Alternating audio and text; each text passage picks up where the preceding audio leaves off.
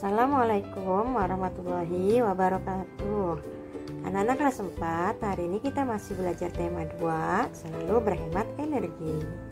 Subtema 1, sumber energi, pembelajaran kelima. Ada apa di pembelajaran yang kelima?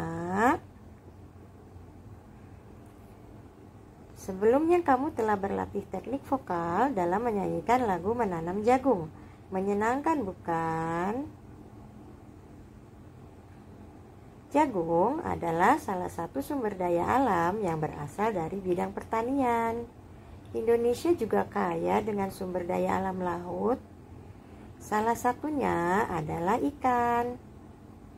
Tahukah kamu sumber energi yang digunakan untuk mengeringkan ikan? Ayo mengamati. Para nelayan yang mengambil ikan dari laut, ketika sampai di tepi pantai, ada sebagian ikan yang dikeringkan. Amati gambar berikut. Diskusikan dengan temanmu tentang sumber energi yang digunakan untuk mengeringkan ikan. Apakah dengan sinar matahari, atau dengan angin, atau dengan air, atau dengan minyak bumi? Tulis kesimpulan dari hasil diskusimu pada kolom berikut ya. Tahukah kamu bahwa Indonesia merupakan salah satu negara kepulauan terbesar di dunia?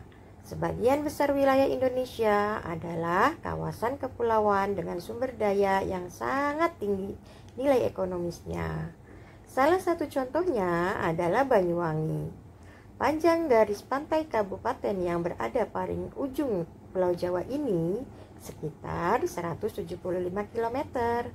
Dengan potensi besarnya, Banyuwangi konsisten menjadi penghasil ikan laut terbesar setelah Bagan Si Api-api, dan bahkan hingga kini masih terus mendominasi hasil perikanan di Indonesia, baik perikanan tangkap maupun industri perikanan lainnya. Kabupaten di ujung timur Pulau Jawa ini telah berhasil melakukan ekspor hingga ke 18 negara. Sistem pengalengan sudah cukup maju, ditambah lagi industri besar di Pelabuhan Muncar. Banyuwangi terus berkembang. Kabupaten ini sendiri mencatatkan pertumbuhan produksi ikan tangkap yang konsisten, yaitu sebesar 31.600 ton pada tahun 2011 dan naik cukup besar menjadi 44.570 ton pada tahun berikutnya. Pada tahun 2013, produksi ikan tangkap Banyuwangi mencapai 49.539 ton dengan jenis ikan tangkap terbanyak adalah ikan layang dan lemuru. Dalam bidang perikanan, Banyuwangi menyerap banyak tenaga kerja, mulai dari nelayan, pekerja industri perikanan, hingga industri rumahan. Sekarang jawab pertanyaan berikut berdasarkan teks tadi. Bagaimana kaitan antara letak Banyuwangi dengan sumber daya alam di wilayah tersebut? Jelaskan. Jawab, letaknya yang di tepi laut menjadikan Banyuwangi memiliki potensi sumber daya kelautan yang besar. Bagaimana kaitan antara sumber daya alam dengan kehidupan masyarakat Banyuwangi? Jelaskan.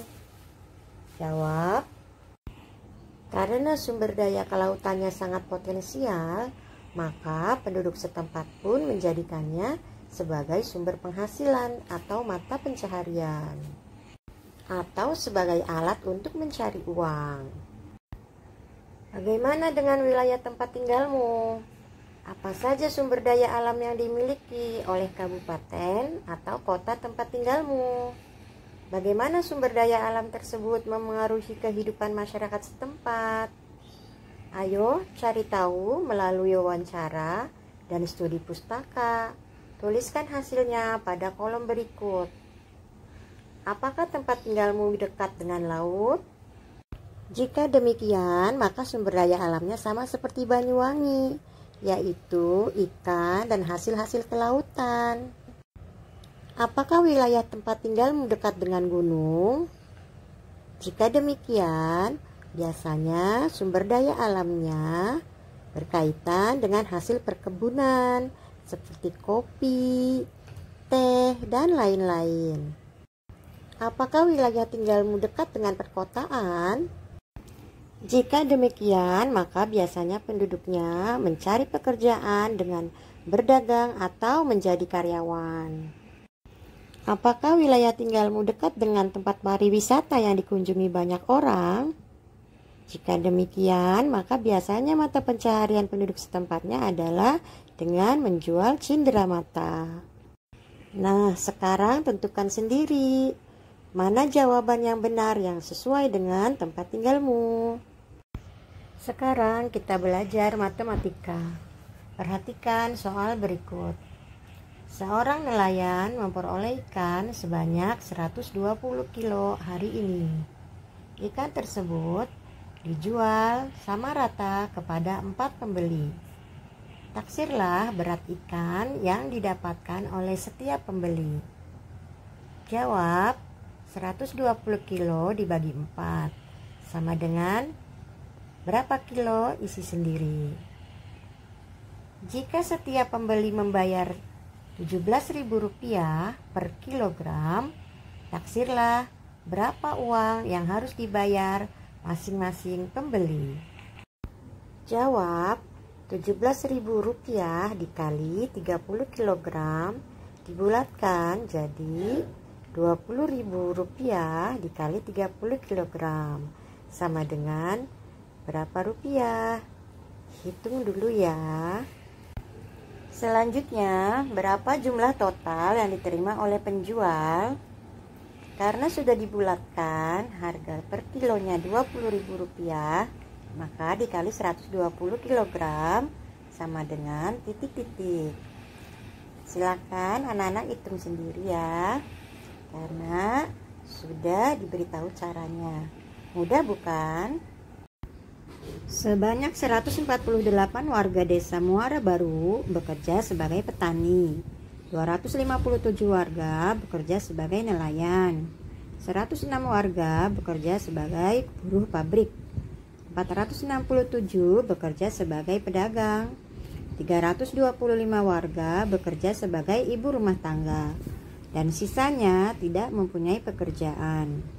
Jika jumlah warga desa Muara Baru adalah 1.100 orang, taksirlah jumlah warga yang tidak mempunyai pekerjaan.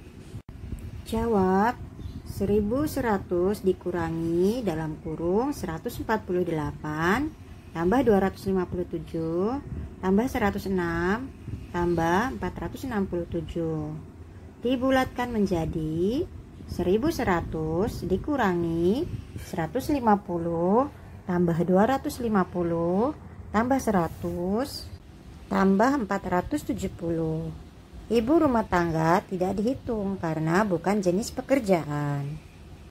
Jadi yang harus kalian kerjakan lebih dulu adalah 150 ditambah 250 ditambah 100 ditambah 470. Maka nanti hasilnya kurangi dari 1.100. Bagaimana? Semoga cukup bisa dimengerti ya. Terakhir, ayo renungkan. Apa yang kamu pelajari dari kegiatan hari ini? Apakah hal tersebut bermanfaat dalam kehidupan sehari-hari?